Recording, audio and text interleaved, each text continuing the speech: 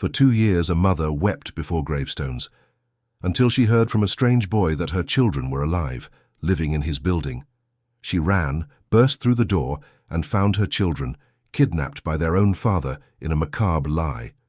From then on, the truth exploded.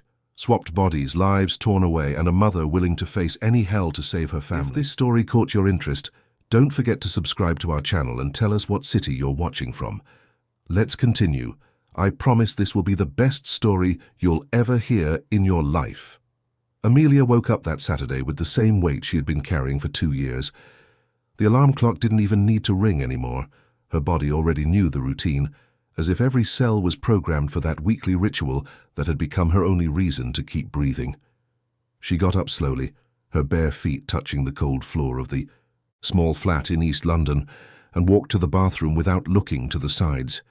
She didn't want to see the photographs on the living room shelf, didn't want to remember what life was like before, when genuine smiles filled those walls with memories.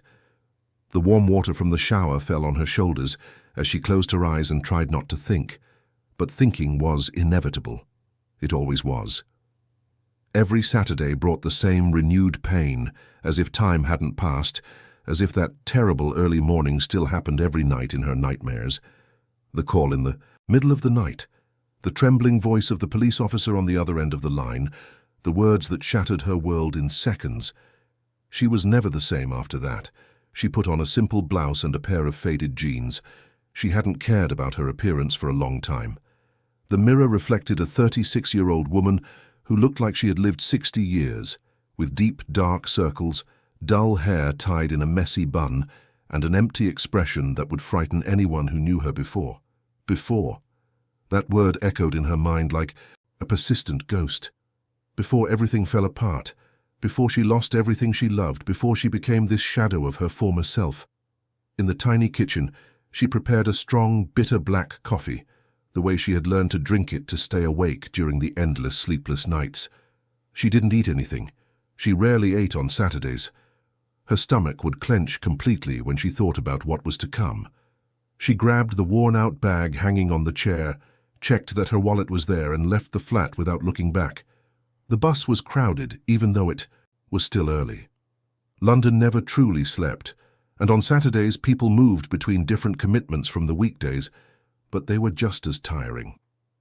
Amelia found a seat by the window and rested her forehead against the cold glass, watching the city pass by in blurs of grey and concrete. Old buildings mixed with new constructions, council estates hugged bustling avenues, and life followed its frantic course for everyone except for her, who was trapped in this loop of pain and absence. She got off at the stop near the flower shop she frequented religiously. Eleanor, the grey-haired lady who ran the place, was already waiting for her with a bouquet of white lilies set aside on the counter. It was always the same arrangement, always the same flowers. Amelia no longer needed to ask. "Good morning, dear," Eleanor said in that soft voice that tried to bring comfort but only deepened the emptiness. "How are you?" Amelia forced a half-smile that didn't reach her eyes. "Getting by, Eleanor." That was all. The florist nodded with understanding, wrapped the flowers with extra care, and handed them to Amelia's trembling hands. She didn't charge her. She never charged on Saturdays. It was her silent way of showing solidarity, and Amelia knew it, though she could never find the words to thank her properly. Some kindnesses were too big to fit into a simple thank you. The cemetery was a 15-minute walk from there. Amelia knew every crack in the pavement, every tree along the way, every corner she had to turn. Her feet could make the journey on their own, even if she closed her eyes. As she passed through the main black iron gate, she felt the familiar tightness in her chest, that mix of pain, longing, and something she couldn't name. Maybe it was guilt, maybe it was just despair. The cemetery's paths were quiet at that hour. A few visitors walked among the graves with their own sorrows, each carrying their invisible burden of loss and memories. Amelia continued to the area with the simpler plots, those without grand monuments or expensive sculptures, just modest stones with engraved names and dates that marked the beginning and end of entire lives. There they were, 3 headstones, side by side, with the names she knew as well as her own: Bruno, Gabriel, and Lucas, her ex-husband and her 2 sons. The family she had and lost so suddenly that she still couldn't fully process it, even after so much time. Amelia knelt on the damp grass, not caring that the moisture soaked her trousers. She placed the flowers carefully in front of the stones, arranging each stem with delicacy, as if the gestures could somehow convey all the love she still felt. Then she began to speak, softly, as she did every Saturday. "Hi, my loves. I brought the lilies again. I know you liked them.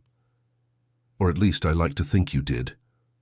Her voice broke, but she continued, because stopping would mean admitting she was talking to herself, that no one was listening, that it was all empty and meaningless.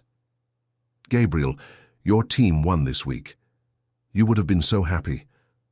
Lucas, your old school teacher saw me at the supermarket and asked about you. She said you were special, that you had a unique way of seeing the world. Bruno, I still don't know if I've completely forgiven you for what happened between us before all this, but I also don't know if it matters anymore." Tears began to fall silently down her face. She didn't wipe them away.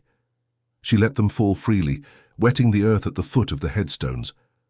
"I tried to go back to work, but I couldn't. I tried to finish my degree, but the words didn't make sense anymore. I tried to live, but it feels like a part of me stayed here with you.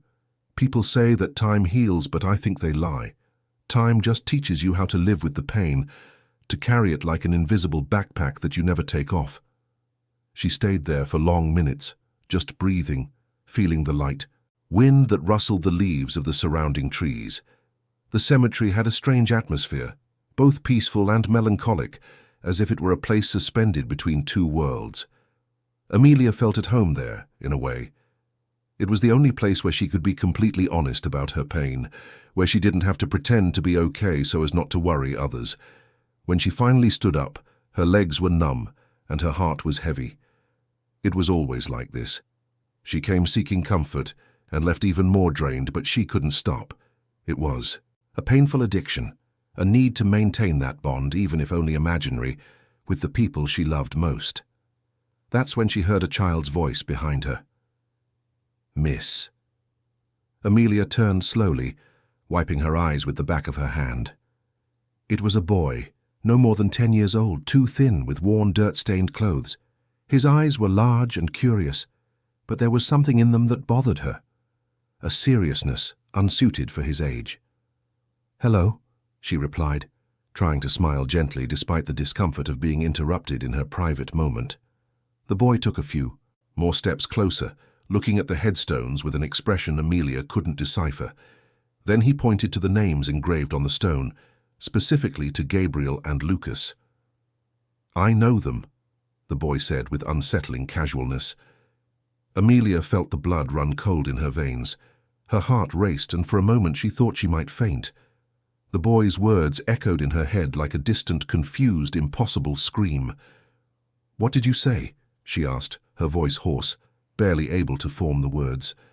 "I know Gabriel and Lucas," the boy repeated as if it were the most normal thing in the world. "We play together in the building where I live. They're my friends." Amelia's world began to spin. She reached out to lean on a nearby tree, feeling her legs go weak. This didn't make sense. It couldn't make sense. It was impossible, absurd, cruel. "You're confusing them with someone else," she said, trying to keep her voice steady but failing miserably. "These boys can't be your friends." "But they are," the boy insisted, with the brutal honesty of children. "Gabriel is 9 and likes to play football. Lucas is younger, he's 7, and he draws really well. Their dad's name is Bruno. They live in the building near the coach station in the 3rd-floor flat." Every word was a stab to Amelia. The names, the ages, the details that only someone who truly knew them could know. She began to tremble uncontrollably, her mind trying to process information that clashed violently with the reality she had known for 2 years. "That's impossible," she whispered, more to herself than to the boy. "They can't be alive. I saw the documents, I signed the papers, I buried them here." The boy shrugged with the cruel simplicity of childhood. "I just know they live there. Their dad always tells us not to make too much noise because he has problems and can't draw attention. The boys said their mum died, but I don't know. They get sad when they talk about it." Amelia fell to her knees again, but this time it wasn't on purpose. Her legs simply gave out. The pain in her chest was physical, as if someone was squeezing her heart with their bare hands. Breathing became difficult, thinking impossible. "Can you take me there?" she asked suddenly, grabbing the boy's arm with a desperation. That scared her. "Please, can you show me where they are?"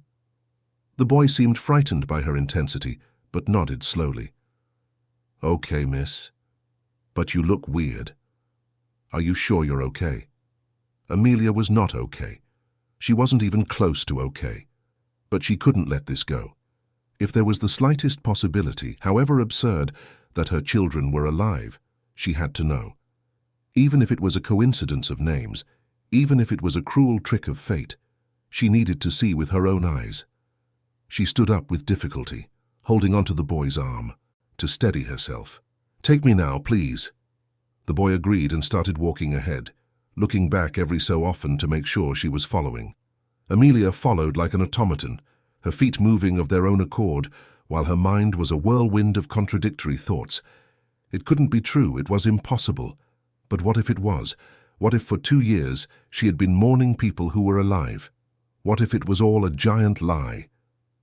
They left the cemetery and walked through the streets of London, passing by open pubs, bakeries with the smell of fresh bread and cars parked irregularly. The city remained indifferent to Amelia's personal drama, as it always had. After about 20 minutes, the boy pointed to an old, worn-out building with peeling paint and windows with rusted bars. It was in a poorer part of the city, near a small coach station where old buses stopped to pick up passengers. "This is it," the boy said. "3rd floor, flat 305. Amelia looked at the building as if she were seeing a monster. Her feet refused to move for a moment. The fear was paralyzing. Fear that it was true, fear that it wasn't. Fear of discovering that her pain had been based on a lie. Fear of having to face a truth that would change everything again. "Thank you," she managed to say to the boy, her voice choked. "You can go now."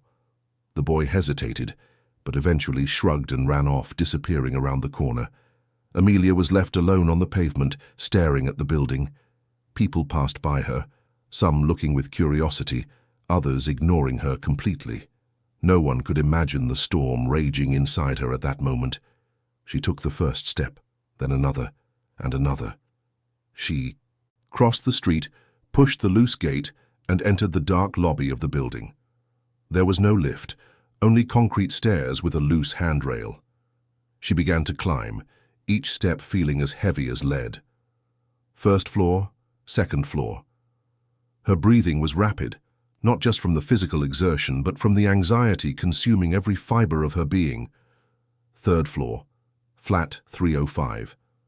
The door was there, old, with faded blue paint, and a crooked number nailed to the center.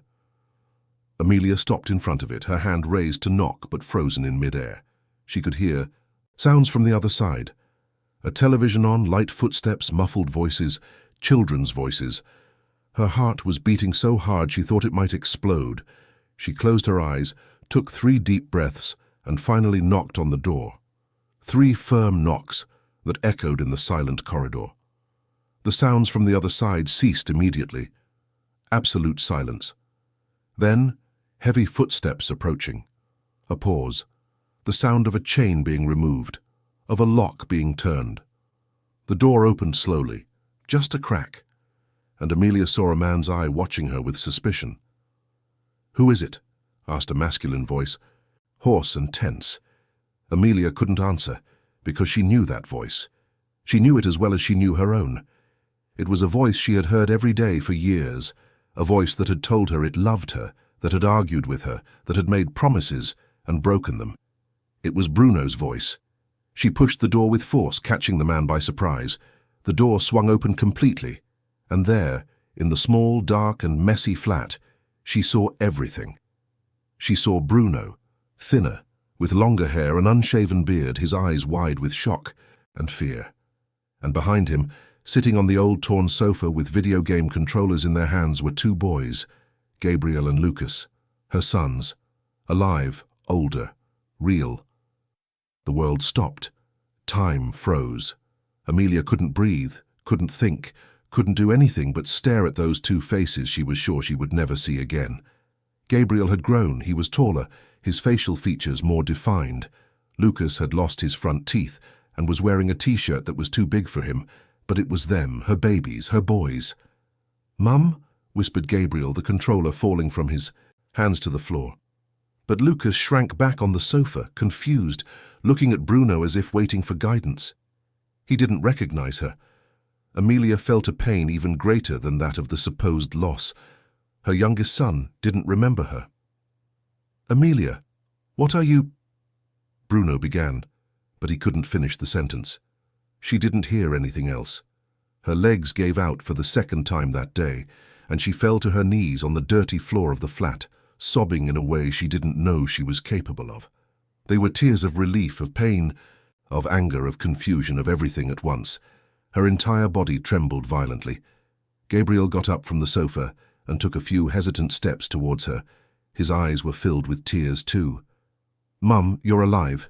Dad said you went away forever." Amelia held out her arms in a silent invitation, and Gabriel ran into them, hugging her tightly as he cried. She held him against her chest, smelling his hair, feeling the warmth of his small body, the palpable reality that he was there, alive, breathing, holding her back. But Lucas remained on the sofa, partially hidden behind an old cushion, looking at this strange woman who had invaded their home and made his brother cry. Bruno was paralyzed in the same spot, his face as pale as a ghost. "Explain," Amelia managed to say between sobs, still hugging Gabriel. "Explain what happened now. Why are they here? Why did I spend 2 years believing you were all dead? Why did you do this to me, Bruno? Why?" Bruno closed the door behind Amelia with trembling hands. He looked at his sons, at his ex-wife on the floor, at his own hands, as if they belonged to someone else. When he finally spoke, his voice was broken. "I had no choice, Amelia. I swear I had no choice. I had to protect them. It was the only way." "Protect them from what?" she screamed, making Lucas flinch even more. "Protect them from what? By lying to me that they were dead. By making me suffer for 2 years while they were here the whole time." Bruno ran his hands over his face, pulling at his hair in desperation. "I owe money to some very dangerous people, Amelia. People who threatened to hurt the children if I didn't pay. People who said they would do horrible things. I panicked. I didn't know what to do. I had no money, nowhere to go, no way to protect you, to protect them. Then someone offered me a way out." "What way out?" she asked, her voice full of venom. "To fake an accident, to get false documents, to disappear with the boys to a place where no one would look. Making you believe we were dead was part of the plan. For your own safety, too. If you knew, you could have been used against us." Amelia pulled away from Gabriel and stood up with difficulty, shaking with rage. "You had no right to make that decision for me. You had no right to take my children from me, to make me suffer like this." "I know," Bruno said, tears now streaming down his face as well. "I know, and I regret it every single day, but I needed to keep them safe. It was my only priority." "And what about them?" Amelia pointed at Lucas, still huddled on the sofa. "What did you tell them?" Bruno looked at his youngest son, guilt written all over his face. "I said you had gone away, that you weren't coming back. Gabriel remembered you, but Lucas was too young. He forgot over time." Those words were like a punch to Amelia's stomach. Her youngest son, whom she had given birth to, breastfed, rocked to sleep, didn't remember her. She was a stranger to him, and all because of a lie Bruno had constructed to escape his own consequences. The next few hours were a blur of contradictory emotions that Amelia could barely process. She was sitting on the old sofa in the flat, Gabriel glued to her side as if afraid she would disappear at any moment, while Lucas kept a safe distance, observing the strange woman with curious but cautious eyes. Bruno paced back and forth in the small room, trying to explain the inexplicable, but every word that came out of his mouth sounded like an empty excuse to Amelia. She looked around the flat and her heart ached even more. It was a tiny place, with mold on the walls, broken and makeshift furniture, windows covered with old sheets instead of proper curtains. There were no pictures on the walls, no plants, nothing that made it look like a real home. It was just a hideout, a prison disguised as protection. "How do you live here?" she asked, her voice hoarse from crying so much. "How did you keep them locked up in this place?" Bruno stopped pacing and faced Amelia with red eyes. "I do what I can, Amelia. I do odd jobs, deliver food for apps, do renovations when they come up. It's not much, but it's enough for us to survive." "Surviving isn't living, Bruno," she retorted bitterly. "Look at them. Look at Gabriel and Lucas. Don't they go to school? Don't they have friends? Don't they go anywhere?" Gabriel squeezed Amelia's hand, getting her attention. "We study at home, Mum. Dad buys those used books and we do the activities. And there are videos on the internet too. And I do have friends. There's Petey who lives in this building and sometimes we play football in the hallway." The boy's voice tried to sound cheerful, as if he wanted to convince his mother that everything was fine, but Amelia heard what was behind the words. The loneliness, the isolation, the lack of a normal childhood. Her sons were being raised as fugitives, hidden from the world, deprived of everything they should have had. And she, who had always been so present, so careful, had lost 2 whole years of their lives because of a cruel lie. "And you, Lucas?" Amelia tried to connect emotionally with her younger son, softening her voice. "Do you like living here?" Lucas shrugged, still unsure how to act around this woman. "It's okay. Dad takes care of us. We watch cartoons and play video games." "But do you remember me?" The question slipped out before Amelia could stop herself. "Do you remember Mum?" The boy frowned, thoughtful. "I remember a woman who smelled nice and sang me to sleep. But Dad said she went away and wasn't coming back. Are you her?" Amelia bit her lip hard to keep from breaking down again. "Yes, my love. I am her. And I never went away. I would never leave you. Never." Bruno cautiously approached, sitting on the edge of the broken coffee table. "Amelia, I know you're angry. You have every right to be. But I need you to understand that the situation was desperate. The people I owe money to aren't the kind you can negotiate with. They had already threatened me several times. They even followed me to work. They said they knew where the kids went to school. I had no choice." "There's always a choice, Bruno," Amelia replied firmly. "You could have come to me. You could have gone to the police. You could have asked anyone for help. But you chose to deceive me in the worst possible way. You made me believe my children were dead. Do you have any idea what that did to me?" She didn't wait for him to answer. She stood up abruptly from the sofa, startling Gabriel. "I stopped working. Bruno, I dropped out of university. I lost my flat because I couldn't pay the rent. My mother had to take me back in because I couldn't even get out of bed. I spent months on medication just to be able to sleep without having nightmares. And do you know where I went every Saturday? To the cemetery, kneeling in front of empty headstones, talking to myself, crying, blaming myself for not protecting you better." Bruno hung his head, unable to face the pain he had caused. "I'm sorry, Amelia, truly, if I could go back in time and go back in things differently." "But you can't," she interrupted him. "You can't undo what you've done.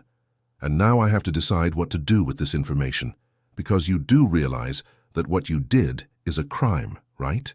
You forged documents, used false identities, deceived me, deceived the authorities. You kidnapped your own children." The word "kidnapped" made both boys look at their father with confusion. Gabriel frowned. "Dad didn't kidnap us. We live with him." Amelia knelt down to Gabriel's level, holding his small hands gently.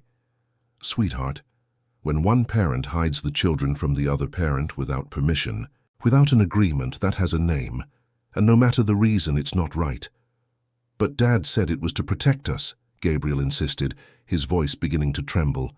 "I know that's what he said, and maybe he really believed that, but real protection doesn't come with lies and isolation.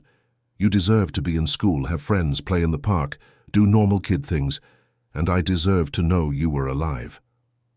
Lucas finally got up from the sofa and walked slowly towards Amelia. His large eyes were filled with curiosity and a hint of hope. "Are you really my mum?" Amelia felt her heart break and mend at the same time. "Yes, my son, I'm your mum. And even if you don't remember me properly now, I remember every second I spent with you. I remember when you were born, when you took your first steps, when you said your first word. And I've spent the last 2 years dying from missing the chance to make new memories with you." Lucas thought for a moment, before asking with the cruel innocence of children, "Then why did it take you so long to come and get us?" The question hit Amelia like a bullet. How could she explain to a 7-year-old that she didn't know she needed to look for them because she believed they were no longer in this world? How could she say that his father had orchestrated such an elaborate lie that it fooled everyone? "Because Dad told me you had gone to a place you couldn't come back from, and I believed him. But today, by some miracle, I found out the truth. And now that I know, nothing will stop me from being with you again." Bruno stood up quickly, panic on his face.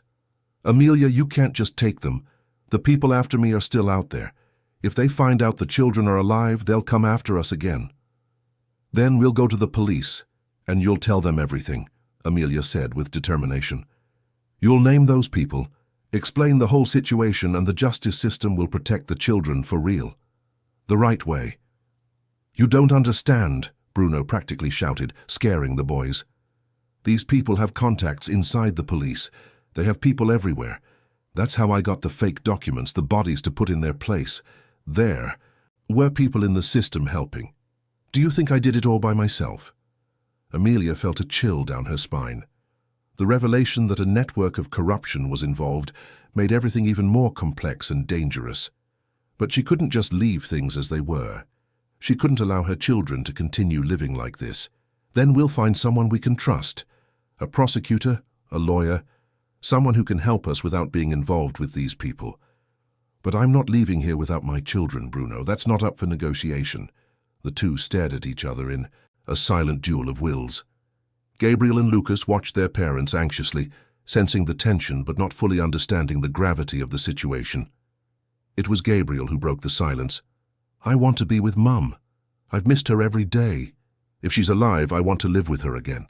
Bruno looked at his eldest son with a mixture of pain and understanding. "And you, Lucas?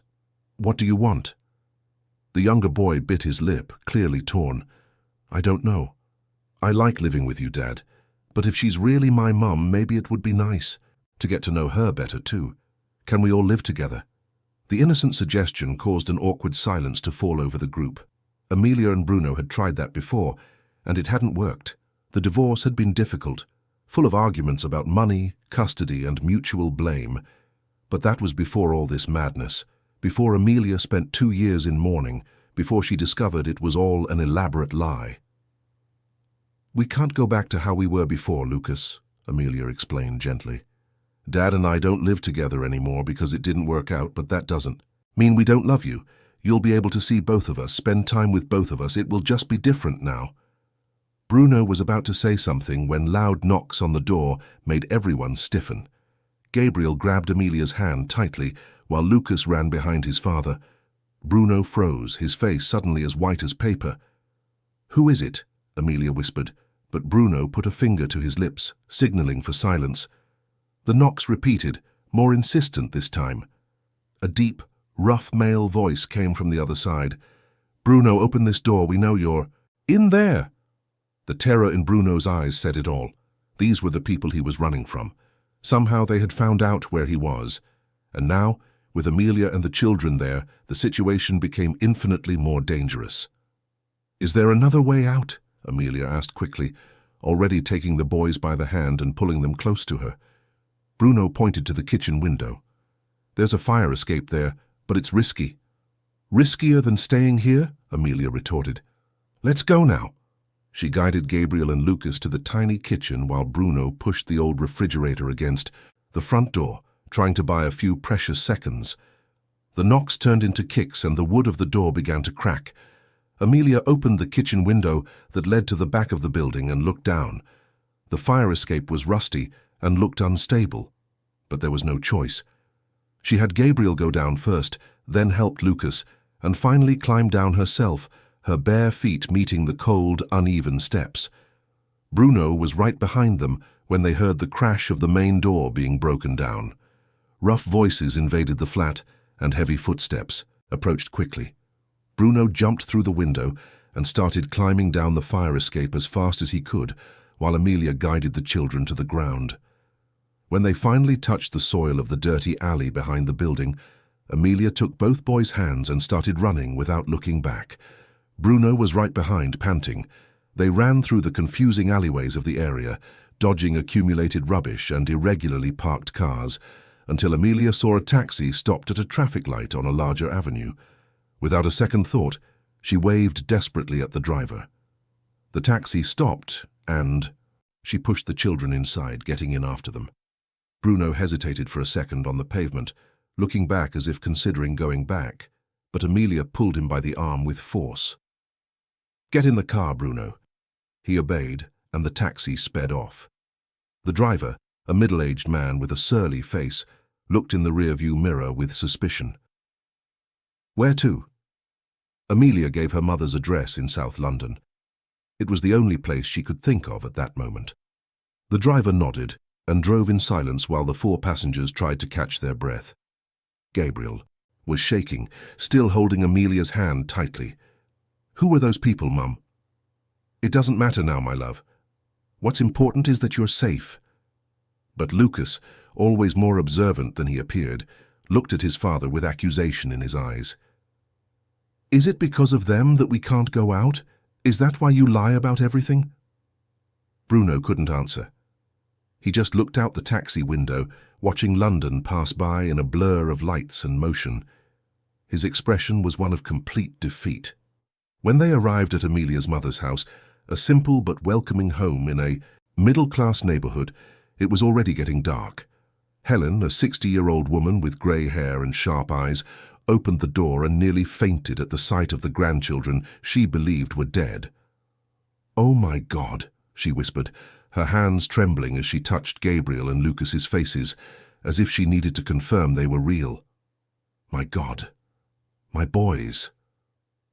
Gabriel ran into his grandmother's embrace, who held him tightly while crying copiously.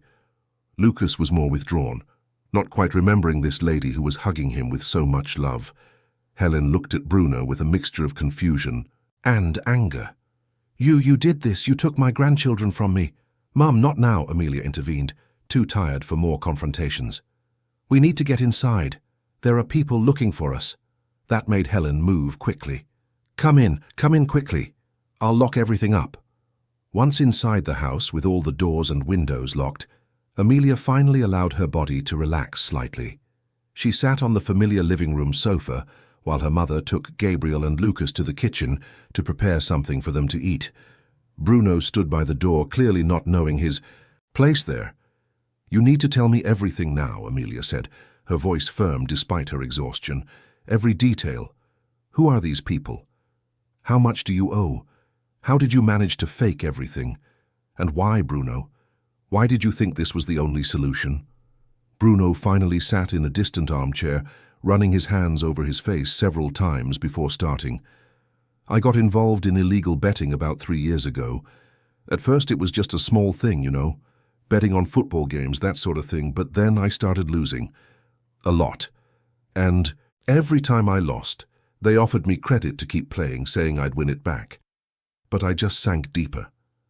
"How much?" Amelia asked coldly. "Almost £200,000, he admitted, shrinking as if expecting a blow. "I know, it's a fortune. I had no way of getting it. I sold the car, took loans from loan sharks, tried to negotiate. Nothing worked. They started threatening me. They said they'd take the kids, that they'd do horrible things to teach me a lesson. I completely panicked." "And then this contact appeared who could help you disappear," Amelia completed, connecting the dots. Bruno nodded. "A guy I met through another debtor. He works within the system, has access to documents, contacts at the morgue, in the police. He offered me a way out. If I paid a portion of what I owed, he would arrange everything for me to disappear with the boys. He said it was the only way to really protect them." "And the bodies? How did you get the bodies to put in their place?" Bruno closed his eyes, his shame evident. "They were people who had died and had no family. Unclaimed bodies, the guy of the at the morgue just switched the files, altered the records. It was all very quick. And then I called you that night saying there had been an accident. You staged everything, Amelia said, still processing the enormity of the betrayal. The funeral, the papers, everything. I thought I was protecting you too, Bruno tried to defend himself. If you knew the truth, they could have used you to get to me. It was safer for you to believe we were dead. Safer for whom, Bruno? For you? Because it certainly wasn't safe for me. You destroyed my life. You took away my will to live. He had no answer for that. They sat in silence for long minutes, the weight of the revelations hanging heavy in the air.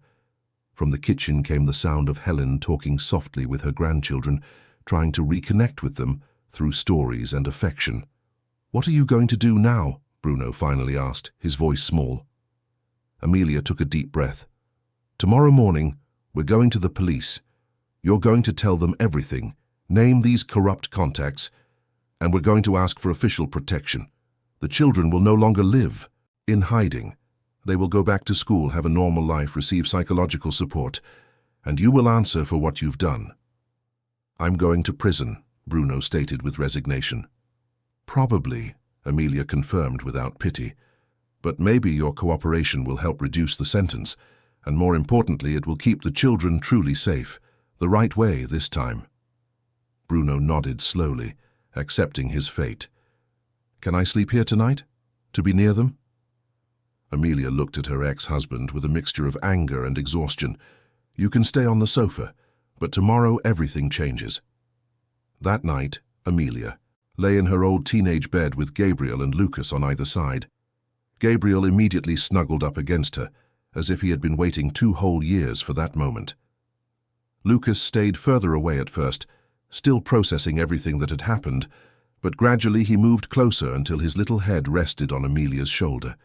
She stayed awake for hours, just watching the 2 boys sleep, listening to their quiet breathing, feeling the warmth of their small bodies beside her. They were real. They were alive. And she would never let anyone take them from her again. The morning arrived heavy and grey, typical of London on its more melancholic days. Amelia woke up before everyone else, still holding her sleeping sons.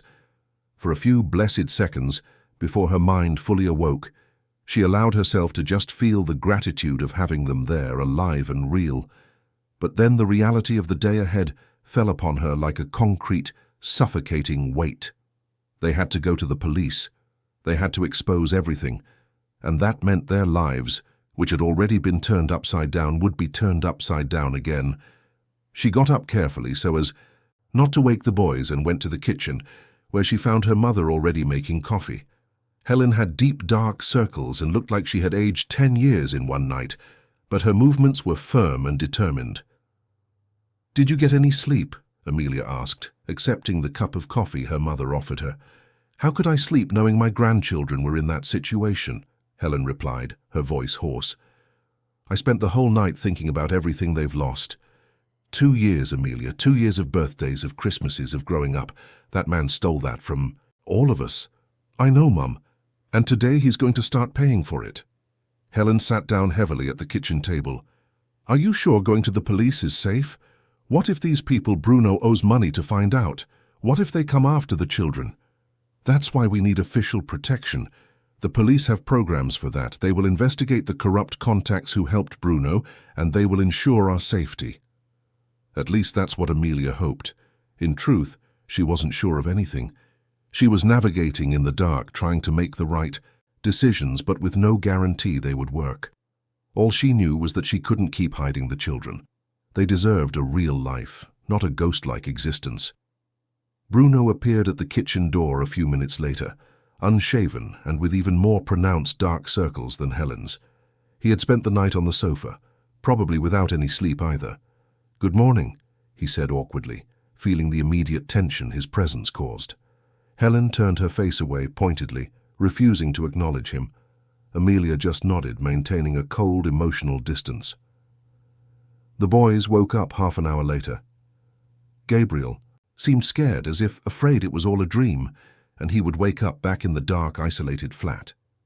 Lucas was silent, observing everything with those big, attentive eyes, processing information that was too complex for his age. Helen prepared a simple but hearty breakfast. Toast with butter, fruit, fresh orange juice, normal things that were actually extraordinary for children who had lived so precariously for so long. Gabriel ate with gusto, but Lucas barely touched his food. "Aren't you hungry, my angel?" Amelia asked gently. Lucas shook his head. "My tummy feels funny." It was anxiety, Amelia recognized. The boy might be small, but he was feeling the tension that permeated every corner of that house. After breakfast, Amelia got dressed in clothes that were still stored in her old room. She helped the boys get ready in clothes Helen had kept all these years, unable to part with them. The clothes were small now, but they would do for now. By 9 in the morning, everyone was ready. Helen insisted on coming along, and Amelia didn't have the heart to refuse. They took an Uber to the nearest police station, a specialized unit that Amelia's mother had researched during her sleepless night. The police station building was grey and austere, with people constantly coming and going. Amelia held both boys' hands tightly, while Bruno walked half a step behind, visibly nervous. At the reception, a tired-looking clerk asked what the nature of their report was. "I need to report a case of document forgery, fraud, and parental kidnapping," Amelia said, her voice surprisingly firm, "and I also need to report corruption within the system." The clerk raised her eyebrows, suddenly more attentive. "You'll need to speak with a detective. Please wait over there." They sat in uncomfortable chairs in the waiting area for almost an hour. Gabriel fidgeted, swinging his legs and looking around with curiosity. Lucas remained absolutely still, like a small statue of flesh and bone. Bruno kept his head down, his hands clasped so tightly that his knuckles turned white. Finally, they were called by a middle-aged man in a wrinkled suit and a serious expression. He introduced himself as Detective Miller and led them to a room with a large table and several chairs. "So," he began, sitting down and picking up a notepad, "explain to me what's going on here." Amelia took a deep breath and began to tell him everything. From the day she received the call about the supposed accident, through the discovery at the cemetery, the reunion with her sons, the escape from the dangerous people, to their arrival there. She spoke for nearly half an hour without interruption, except when she had to stop to breathe or control the tears that insisted on falling. Bruno confirmed everything and added the details about how he had managed to fake the accident, the names of the people involved in the fraud, and the threats he had received from his creditors. He specifically mentioned the contact at the morgue who had facilitated the swapping of the bodies and the fake documents. Detective Miller took meticulous notes, his expression growing graver by the minute. When Amelia finished speaking, he placed his pen on the table and looked at her. "This is one of the most complex and disturbing stories I have ever heard, and if everything you're telling me is true, we are talking about a criminal operation involving multiple state agencies. This will require an extensive investigation." "We have proof that it's true," Amelia said, pointing to her children. "My sons were officially declared dead 2 years ago. There are death certificates, records at the morgue, even graves with their names on them, but they are here alive. That alone proves there was fraud." The detective nodded. "Yes, that is indisputable. But to truly dismantle the corruption network, we will need Mr. Bruno's full cooperation. He will have to provide names, dates, evidence. You understand that he will also be charged with several crimes, correct?" "I understand," Bruno said in a low voice. "I am willing to cooperate completely." "And what about our safety?" Amelia asked, anxiety showing in her voice. "The people Bruno owes money to know the children are alive now. They came after us yesterday." Detective Miller picked up the phone on his desk. "I'll activate the protection program. You will have a police escort and a safe place to stay while the investigation is ongoing. I will also need the children to be examined by social workers and psychologists to assess the situation." "Do whatever is necessary," Amelia agreed. "I just want my children to be safe and to be able to have a normal life again." The following hours were a whirlwind of bureaucratic procedures. Statements were recorded, documents were signed, photographs were taken. Gabriel and Lucas were taken to a separate room where a kind social worker talked to them about their experiences over the last 2 years. Amelia was on edge throughout the interview, wanting to be present but understanding that the children needed space to speak freely. Bruno was taken to another room, where he gave full details about the corruption network. He mentioned the name of the morgue employee, a lawyer who forged documents, and even a police officer who had accepted a bribe to look the other way. Each name, he revealed, was a bombshell that promised to explode careers and expose the rot in the system. When they finally left the police station, it was mid-afternoon. Bruno did not leave with them. He had been formally arrested and would await a hearing in a cell. Amelia saw the police lead him away in handcuffs and felt a confusing mix of pity and satisfaction. He deserved to answer for what he did, but he was also the father of her children. It was complicated. In the days that followed, their lives became a media circus. The story leaked to the press and quickly spread. After all, it wasn't every day that a woman discovered the family she believed was dead was actually alive. The tabloids had a field day with shocking headlines and unfounded speculation. Amelia had to deal with reporters camped outside her mother's house, with constant requests for interviews, with people on the street who recognized her and asked invasive questions. She protected her sons as much as she could, refusing all requests for them to appear in the media. Public opinion was divided. Some saw Bruno as a monster who had psychologically tortured his own ex-wife. Others argued he was a desperate victim trying to protect his children in the only way he knew how. Amelia didn't care about any of the opinions. She was focused solely on rebuilding her family. The following weeks were dedicated to establishing a new routine. Gabriel and Lucas began seeing a psychologist specializing in childhood trauma. Dr. Patricia was a woman in her early 40s with a soft voice and infinite patience. She worked with the children separately and then together with Amelia, helping to rebuild the bonds that had been severed. Gabriel adapted relatively quickly. He remembered Amelia, remembered what life was like before, and was eager to reclaim that normality. He talked constantly about going back to school, making new friends, playing football on the neighborhood team. His resilience was admirable, though the psychologist warned that he was likely suppressing some traumas that could surface later. Lucas was a more difficult case. He was only 5 when he was taken, and his memory of Amelia was hazy and confused. For him, Bruno was the only constant, the only parent he really knew. Accepting Amelia as his mother required a leap of faith he wasn't yet ready to take. He was polite but distant, calling Amelia ma'am instead of mum, always maintaining an invisible barrier between them. This broke Amelia's heart into pieces every day. She tried not to push, not to force anything, but it was painful to see her youngest son treat her like a stranger, when all she wanted was to hold him and never let go. Helen was a pillar of strength during this whole period.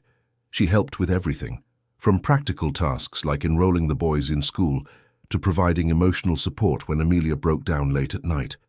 The grandmother's house became a safe haven where the children could begin to heal. The police investigation moved forward in parallel. Detective Miller was meticulous and determined. With the information provided by Bruno, he managed to arrest the morgue employee and the lawyer who had facilitated the fraud. The corrupt police officer was harder to catch, as he had cover from superiors, but eventually public pressure forced his suspension and indictment. As for the people Bruno owed money to, the operation was more delicate. They were dangerous figures with deep connections, and dismantling their operation required care and strategy. Amelia and the children remained under police protection, with a patrol car frequently parked in front of Helen's house.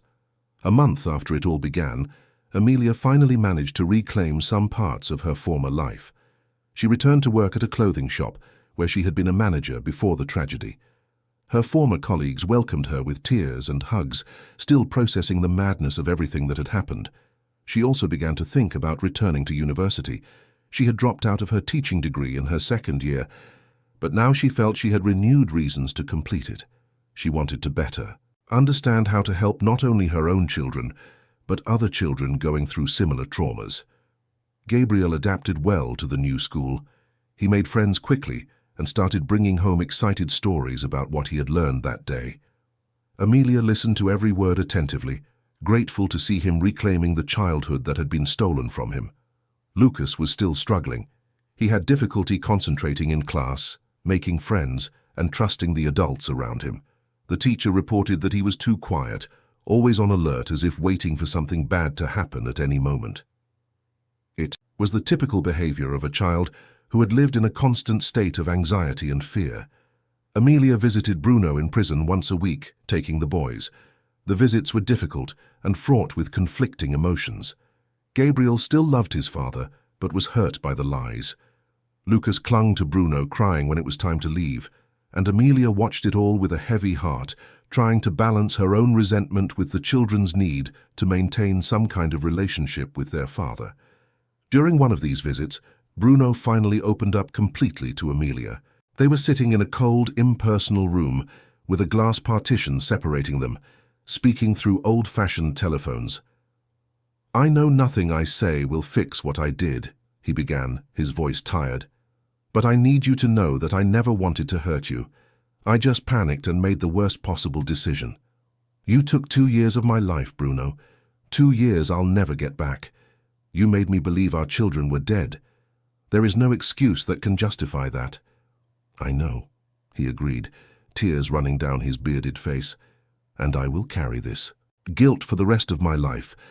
But I swear to you, Amelia, I really thought I was protecting them. Those people were dangerous. Are dangerous. They threatened to do horrible things. And now they are being investigated thanks to your cooperation. You finally did the right thing, even if it took you 2 years to do it." Bruno wiped his tears with the back of his hand. "How are the boys, really?" "Gabriel is recovering well. He's strong, resilient. But Lucas is still suffering a lot.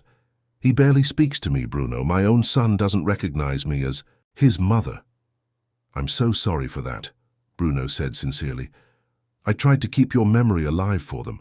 I told them stories about you, showed them pictures I had saved. But with Lucas being so young, it was hard. You also told them I had gone away and wasn't coming back. That's very different from keeping memories alive. I thought it would be easier for them to accept it that way. I thought telling the truth would be worse." Amelia shook her head sadly. "You don't get it, do you? There is no easy version of taking a mother out of her children's lives. There is no lie good enough that won't cause damage." They were silent for a moment, just looking at each other through the glass. There was so much history between them, so much shared past. They had loved each other once, had built a family together, had dreamed of a future. And then it had all fallen apart, first with the difficult divorce, and then with this monumental lie that had destroyed any remnant of trust or affection. "How long do you think you'll be in here?" Amelia asked. "My lawyer said that with the cooperation in the investigation, maybe 3 or 4 years. It could have been much worse. Document forgery, concealment of a corpse, parental kidnapping. Each of those charges alone would carry a long prison sentence." "And after? What will you do when you get out?" Bruno gave a sad smile. "Honestly, I have no idea. Maybe try to rebuild some kind of relationship with the boys, but I don't expect you to forgive me. I don't even forgive myself." "I don't know if I will forgive you," Amelia admitted. "But I will try eventually, not for you, but for me, because carrying this hatred will only hurt me more, and I've suffered enough." When Amelia left the prison that day, she felt something shifting inside her. It wasn't forgiveness, not yet. But it was perhaps the beginning of an acceptance. What had happened could not be changed. She couldn't get back those 2 lost years, but she could decide how to move forward from here, and moving forward was exactly what she planned to do. 6 months had passed since that Saturday that changed everything. Amelia looked out the window of her new flat, a modest but cozy place in West London, and barely recognized the woman she had been. That person who spent every Saturday kneeling in front of empty graves, who had lost the will to live, who was just a shadow, seemed to belong to another life, to another person. Today was Saturday again, but the routine was completely different. Gabriel was in the living room playing a video game at a moderate volume, and Lucas was drawing intently at the kitchen table. Small moments of normality that Amelia had learned to cherish as the precious treasures they were. Family therapy continued religiously. Dr. Patricia had become a constant presence in their lives, helping each of them process their traumas in healthy ways. Gabriel had had some difficult moments, occasional nightmares and anxiety attacks when he thought he might lose his mother again. But overall, he was flourishing. His grades at school were excellent, he had a solid group of friends, and he had started smiling genuinely again. Lucas was a work in progress. The progress was slow but steady. He had started calling her Mum a few weeks ago, shyly at first, then more naturally. It wasn't the same visceral connection she had with Gabriel, not yet, but it was building.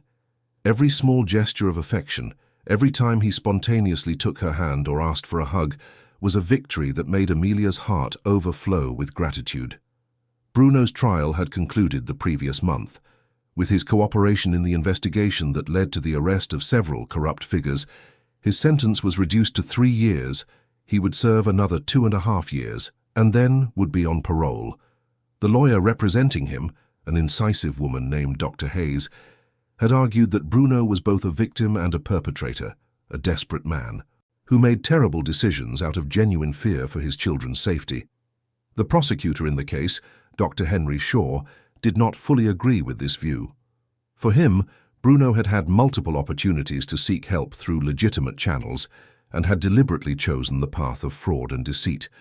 But even he acknowledged that Bruno's cooperation had been essential in dismantling a corruption network that had been operating in the shadows of the system for years. The prison visits continued, but now they were every 2 weeks instead of weekly. Amelia had established healthy boundaries, both for her own sanity, and to teach her sons that love and forgiveness did not mean accepting any behavior. Bruno deserved to see his children, but within a structured and supervised context. On the last visit, he had shared that he was taking a woodworking course in prison and attending therapy. He talked about rebuilding his life when he got out, about finding ways to compensate, even if partially, for the damage he had caused. Amelia listened with cautious skepticism, but also with a hint of hope. People could change. She herself was proof of that. The phone rang, pulling Amelia from her. Thoughts? It was her mother. "Hi, honey. You haven't forgotten about lunch at my place today, have you?" Helen's voice sounded cheerful. "I made that lasagna Gabriel loves. I haven't forgotten, Mum. We'll be there around noon." "Great. And there's a surprise here for you, too." Amelia smiled. Her mother loved surprises. "What surprise?" "Ah, if I tell you, it's not a surprise anymore, is it? You'll find out when you get here." After hanging up, Amelia went to the living room, where Gabriel was deeply focused on his game. "Sweetheart, we're going to Grandma's house soon. Can you start it?" "Getting ready?" Gabriel paused the game without complaining. He had learned to appreciate time with his grandmother, who spoiled him with the affection and attention he had missed for so long. "Okay, Mum. Just let me save the game." In the kitchen, Lucas looked up from his drawings. They were mostly figures of superheroes and colorful animals. The art teacher at school had commented that he had a natural talent, and Amelia was considering enrolling him in extra classes when he felt more comfortable. "You too, my love. We're going to have lunch at Grandma Helen's." Lucas nodded and began to carefully put away his colored pencils, organizing them by shade. It was one of the small rituals that comforted him, keeping things orderly and predictable. The psychologist had explained that it was a way of coping with trauma, an attempt to control his environment when so many things had been out of his control. They took an Uber to Helen's house, which was about 40 minutes away. The journey was quiet, with Gabriel chattering about a school trip to the museum next month, and Lucas listening in silence, occasionally asking a question or making a brief comment. When they arrived, Helen greeted them with tight hugs and wet kisses on the cheek that made the boys laugh. The house smelled wonderfully of lasagna and garlic bread. But it wasn't just the smell of food that filled the air. There were also voices in the living room. Amelia entered and stopped in surprise at who was there. It was Mr. George, the old family friend who had tried to question the deaths 2 years ago. He was a man in his early 50s, with grey hair and kind eyes, who had been very close to Amelia when she was a child. Next to him was a woman Amelia didn't know, perhaps in her 40s, with a professional appearance and a warm smile. "George!" Amelia exclaimed, running to hug him. "It's been so long." "I know, kiddo." Mr. George held her tightly. When your mother told me everything that happened, I couldn't believe it. But I also couldn't stay away. Are these the boys?" Gabriel and Lucas entered the room shyly. Mr. George knelt to their level, extending his hand with friendly formality. "A pleasure to meet you, lads. I'm an old friend of your family. I've heard you're both brave and strong." Gabriel shook his hand confidently, but Lucas stayed behind Amelia, still wary of strangers. It was progress that he was at least close to her instead of trying to hide completely. The woman beside Mr. George stood up and introduced herself. "Hello, Amelia. My name is Anna. I'm a lawyer and also the coordinator of an NGO that works with families who have gone through traumatic separations. George told me your story, and I'd like to talk to you about some support possibilities." Amelia sat down, interested. "What kind of support?" Anna opened a folder that was beside her. "Our organization offers free legal assistance for cases like yours, helping to establish custody agreements, specialized therapeutic follow-up, and even support groups where you can meet other mothers who have gone through similar situations. We also have partnerships with schools and scholarship programs that could benefit Gabriel and Lucas." "That would be incredible," Amelia admitted, feeling tears of gratitude sting her eyes. "I've been trying to handle everything on my own, but it's a lot. Work, university, therapy, the children's needs. Sometimes I feel like I'm drowning." Helen placed a hand on her daughter's shoulder affectionately. "That's why I called Anna here. You don't have to do everything alone, dear. There are people who want to help." The next few hours were productive. While Helen entertained the boys with games in the living room, Amelia, Anna, and Mr. George talked at length about options and resources. Anna explained about a program that could help Amelia finish her degree with a full scholarship, about specialized therapists who volunteered with the NGO, and about a support group that met every Tuesday night. Mr. George in turn shared his own story. He had tried to investigate the deaths at the time because something didn't add up, but he had been ignored and even ridiculed. Now, with the truth exposed, he felt a mixture of validation and guilt. "I should have pushed harder," he said with regret. "I should have forced the authorities to look more closely." "You did what you could, George," Amelia consoled him. "The system was against you. There were important people covering everything up. You wouldn't have been able to change anything on your own." "Still," he murmured, "so many lost years." "But now we have a chance to rebuild," Amelia said with determination. "And I'm going to make the most of every second." After the delicious lunch, when the children were playing in the garden under Helen's watchful eye, Anna pulled Amelia aside for a more private conversation. "I wanted to talk to you about something," she began cautiously. "The media is still very interested in your story. Several magazines and television shows have contacted the NGO asking to mediate an interview with you." Amelia sighed. She had received countless invitations and had refused them all so far. "I don't want to expose my children. They've been through so much already." "I completely understand," Anna agreed, "and the decision is entirely yours. But I wanted to tell you that if you do decide to speak, it could be a way to help other people. There are many women going through situations of parental alienation, of parental kidnapping, who feel alone and hopeless. Your story could give them strength." Amelia considered this. It was true that during the most difficult months she would have given anything to hear from someone who had gone through something similar and survived, to know that it was possible to rebuild after such a tragedy. "I'll think about it," she said finally. "But if I do it, it will be on my terms. No exploitation, no sensationalism. Just the truth in the most respectful way possible." "That's exactly what I was hoping to hear," Anna smiled. When they returned home late that afternoon, Amelia felt something she hadn't felt in a long time. It was hope, real hope, not the fragile, desperate version she had tried to maintain in the darkest moments, but something solid and grounded in the reality that things were actually getting better. That night, after putting the boys to bed, Amelia sat on the sofa with a cup of tea and opened her laptop. She had decided to write her story, not for immediate publication, but as a way to process everything that had happened. Dr. Patricia had suggested it as therapy, a way to organize her thoughts and emotions. She began to type, and the words flowed more easily than she expected. She wrote about that day in the cemetery when the boy had said he knew her sons, about the shock of finding them alive, about the anger, the pain, the confusion, about the small daily victories on the journey of reconstruction. She wrote until her hands ached, and her eyes watered with fatigue. When she finally stopped, it was well past midnight. She saved the document with the provisional title, "When Pain Becomes a New Beginning," and closed the laptop. The following months brought more changes. Amelia finished the semester at university with excellent grades, driven by a renewed motivation. Gabriel was selected for the school's football team and was beaming with pride. Lucas started art classes, and his drawings improved remarkably, even earning a spot in the school's end-of-year exhibition. Amelia also began attending the support group Anna had mentioned. It was a small group, just 6 women, all with stories of traumatic separation from their children. Some had experienced parental kidnapping like her, others had fought extensive legal battles against abusive ex-partners.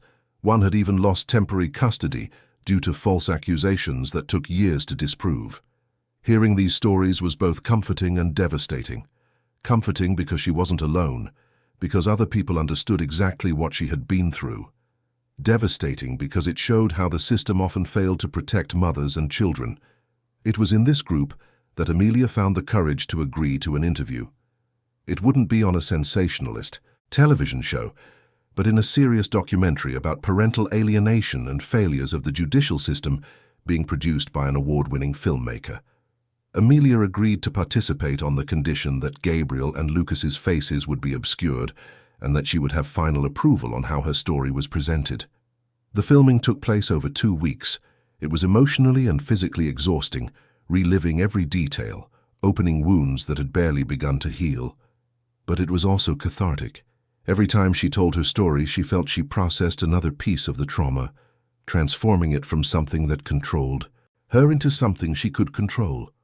The documentary was set to be released the following year, but the director had already said that Amelia's story would be one of the central pillars. It was expected to have a significant impact on discussions about reforming the family justice system. Meanwhile, life went on. Amelia was promoted at work, taking on the role of regional manager, which came with a considerably better salary.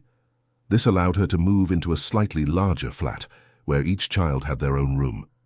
Gabriel decorated his with posters of football teams and photos of friends. Lucas filled his walls with his drawings and created a special corner for his art supplies. Helen remained a constant presence, but Amelia had learned to accept help without feeling like she was failing. Being a single mother didn't mean doing everything alone. It meant building a strong support network and trusting the right people. The therapist began to space out the sessions, a sign that everyone was progressing well. There was still work to be done, especially with Lucas, but the family was on a healthy path. One Saturday afternoon, almost a year after that day that changed everything, Amelia took the boys to the park. It was a sunny and warm day, typical of a London summer. Gabriel immediately ran off to play football with other children, while Lucas sat near Amelia, drawing in the sketchbook that now accompanied him everywhere. "Mum," Lucas said suddenly without taking his eyes off his drawing, "I remember you." Amelia felt her heart tighten. "You do?" "Not really. But like, in my heart. When you hug me, there's a feeling that I think I already knew, like my body remembers even if my head doesn't remember properly." Tears began to stream down Amelia's face. She didn't try to hide them. "I feel that too, my love. It's love. Love has a memory of its own." Lucas finally looked at her, his big, serious eyes. "You're not going to go away again, are you?" "Never," Amelia promised, pulling him into a tight hug. "I will never go away. Even if the whole world tries to keep me away, I will always come back for you and your brother. Always." "Okay," Lucas said simply, accepting the promise with the pure trust of children. Then he pointed to the drawing he was making. "Look, I drew us. You, me, and Gabriel." Amelia looked and saw 3 stick figures holding hands, all with smiles too big for their faces. It was imperfect and childish, and the most beautiful thing she had ever seen. "It's perfect," she said, kissing the top of her son's head. Gabriel came running back a few minutes later, sweaty and out of breath, but with his eyes shining with happiness. "Mom, did you see? I scored 2 goals." "I saw. You're getting better and better."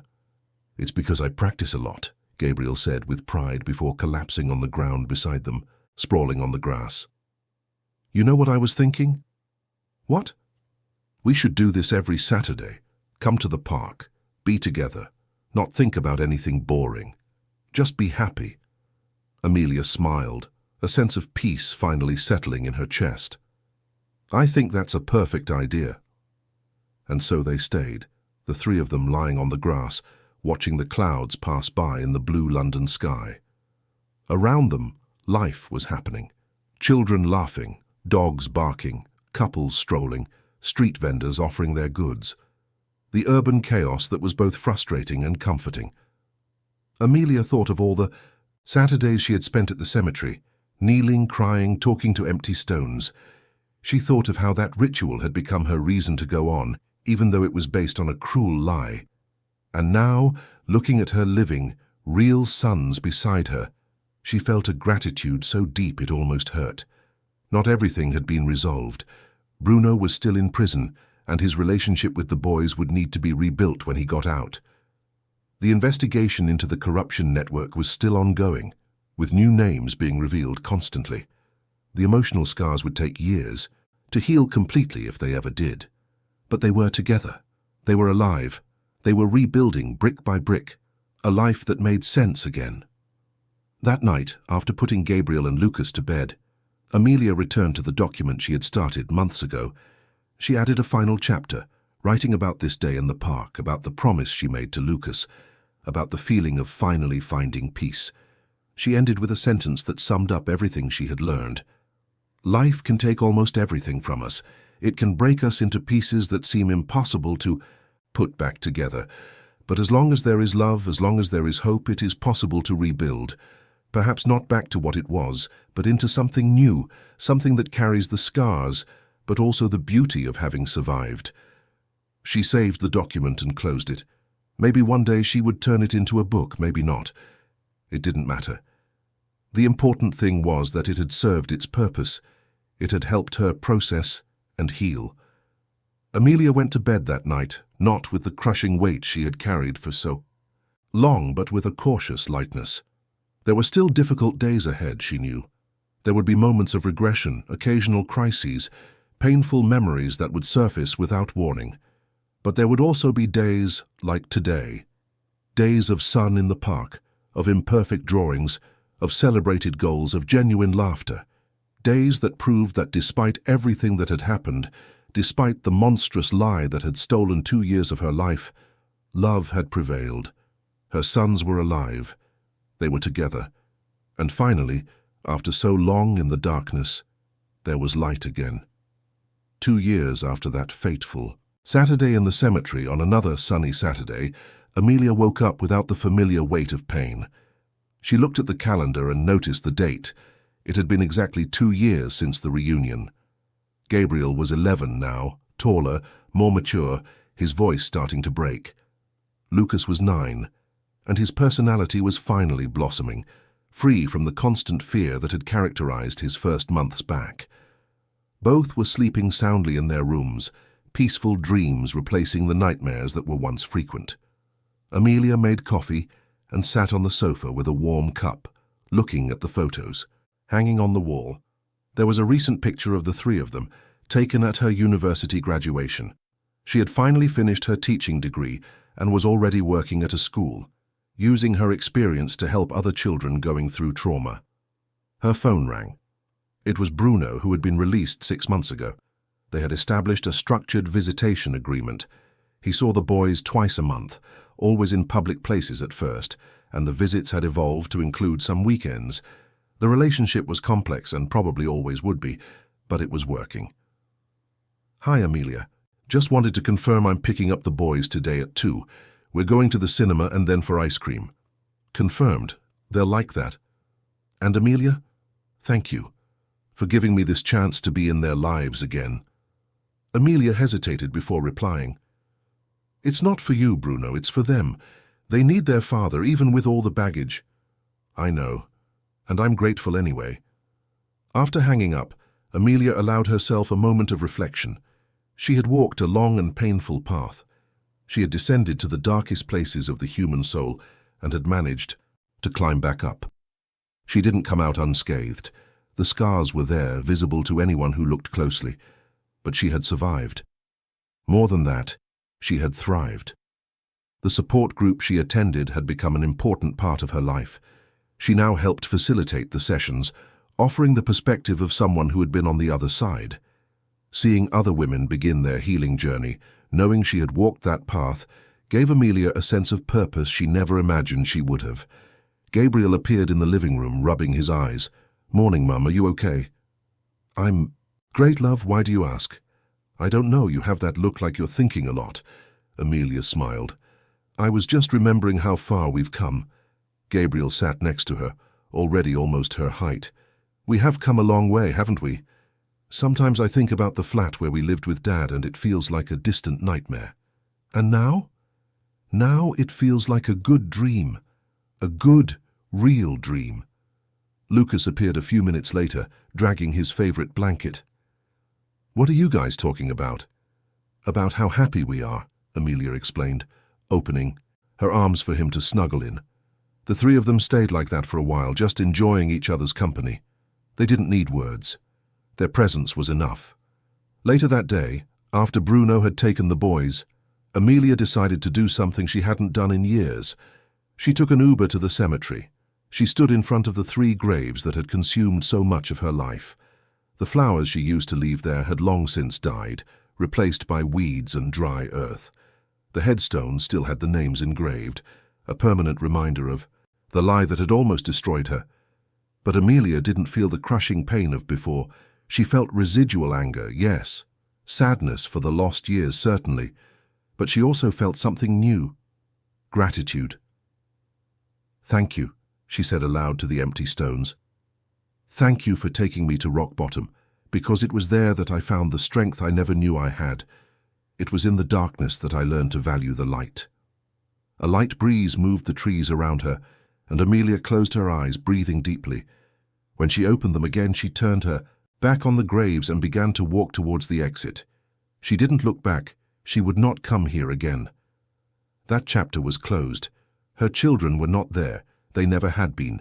They were alive, growing, healing, building bright futures, and she was with them where she always should have been. End of story. Dear listeners, we hope the story of Amelia, Gabriel, and Lucas has deeply touched your hearts. If you were moved by this journey of pain, reunion, and rebuilding, leave a like, subscribe to the channel, and tell us in the comments which moment marked you the most. Every day we bring intense stories like this, which reveal the strength of a mother's love and the human capacity to rise again, even after the greatest tragedies. After all, as long as there is love and hope, it is always possible to start over. We'll be waiting for you in the next episode with a new story that will stir your emotions.